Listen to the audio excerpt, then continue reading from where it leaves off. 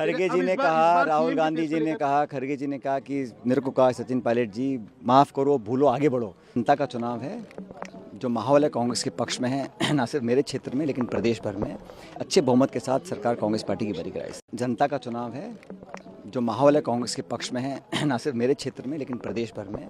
BJP के कार्यप्रणाली लोग देख चुके हैं, केंद्र सरकार की परफॉर्मेंस देख चुके हैं, भाजपा राजस्थान में विपक्ष में क्या किया क्या नहीं किया वो भी देख चुके हैं।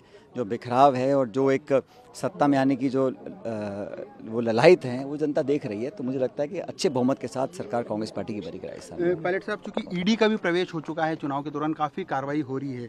बीजेपी कह रही है कि यदि भ्रष्टाचार नहीं है तो डरने की बात नहीं है, लेकिन आपके नेता कह रहे हैं कि ये सब कार्रवाई जो है चुनाव के मतदान से ठीक पहले क्यों याद आई है?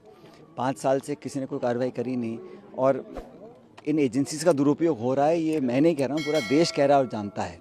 बहरहाल वो केंद्र सरकार में है, वो कर सकते हैं, लेकिन मुझे लगता है पब्लिक इस बात को जान रही है कि जो चुनाव की हार की डर की वजह से इस प्रकार एजेंसी का दुरुपयोग हो रहा है।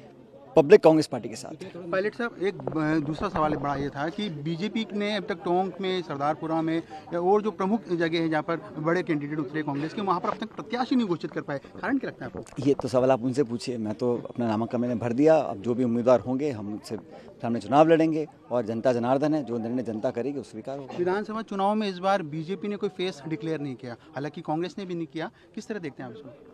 इसमें देखने की बात क्या हो, तो उनका निर्णय बीजेपी का। हमारी पार्टी ने कभी ऐसा ट्रेडिशन भी नहीं रही है। हर स्टेट में हम मिलकर चुनाव लड़ते हैं, चाहे वो कर्नाटक हो, राजस्थान हो, मध्य प्रदेश हो, और जीतने के बाद विधायक सब बैठते हैं, जीते हुए विधायक बहुमत के साथ, फिर नेतृत्व दिल्ली का तय करता है कि किसको आगे करना है। पायलट साहब, अभी आपने कहा कि बीजेपी में काफ़ी फूट है, अलग अलग धड़े बने हुए हैं, लेकिन सियासी चर्चों में ये भी चलता है कि अशोक गहलोत और सचिन पायलट जो है उनके बीच में मतभेद खत्म हो गया, लेकिन मनभेद अभी भी है। ये पता नहीं आप कैसे कह सकते हो, आपने किसके मन में झांक के देख लिया। हम तो मिलकर काम कर रहे हैं, पार्टी के लिए काम कर रहे हैं। हमारा सामूहिक ऑब्जेक्टिव यही है कि कैसे पार्टी को दोबारा बहुमत में लेकर आएँ। जो हमारी पिछली बार हार हुई थी, जो हम 21 पे रह गए थे, कभी 50 पे रह जाते हैं, उस पार्टी को तोड़ने के लिए मिलकर हम लोग काम करेंगे तभी संभव होगा ना। और ये जो है भारतीय जनता पार्टी के साथी जो बोलते हैं, तो उनको तो ये बोलना चाहिए हमारा 5 साल के लिए राजस्थान के लिए विजन है। वो तो सिर्फ धार्मिक मुद्दे, जज्बाती मुद्दों को लेकर सामने आते हैं। परफॉर्मेंस और युवाओं के लिए, किसानों के लिए जो उन्होंने काम किया होता तो उसके आधार पर चुनाव लड़ते, तो मैं उस बात को मानता हूँ। एक लास्ट सवाल है मेरा पायलट साहब, क्योंकि पिछले विधानसभा चुनाव की यदि बात की जाए, आप पीसीसी चीफ थे, उस दौरान अधिकतर कांग्रेस के कार्यकर्ताओं के मन में था कि सचिन पायलट मुख्यमंत्री बनेंगे। बीजेपी के जितने भी गुजर कैंडिडेट थे उनमें से एक भी नहीं जीत पाया। वापस से चुनाव 5 साल बाद हो रहा है। आपको जानकारी है कि प्रदेश में हर समाज के लोग रहते हैं, हर जाति के लोग रहते हैं, बिरादरी के 8 करोड़ लोग रहते हैं। यहाँ किसी एक कास्ट, एक धर्म, एक जाति समुदाय की बात करना मैं समझता हूँ गलत है। पार्टी की विचारधारा होती है और 2 संगठन है और जनता को तय करना है कौन सा संगठन बेहतर है। पिछली बार हमने मेहनत कर पार्टी को इस लायक बनाया कि सरकार हम लोग बनाने में कामयाब हुए। दोबारा हमारी वो कोशिश है।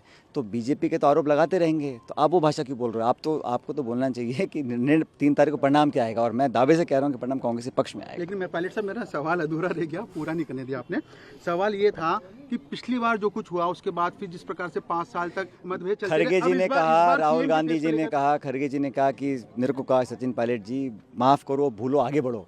तो हम सब आगे बढ़ चुके हैं। आप अभी पीछे खड़े हो लग रहा है मेरे को। आप भी आगे की तरफ देखो, क्योंकि जो भी निर्णय लेना है वो सही समय पे पार्टी लेगी। पहले हम बहुमत लेकर आएँ, जीत जाएं, उसके बाद किसको क्या जिम्मेदारी देनी, पार्टी का काम।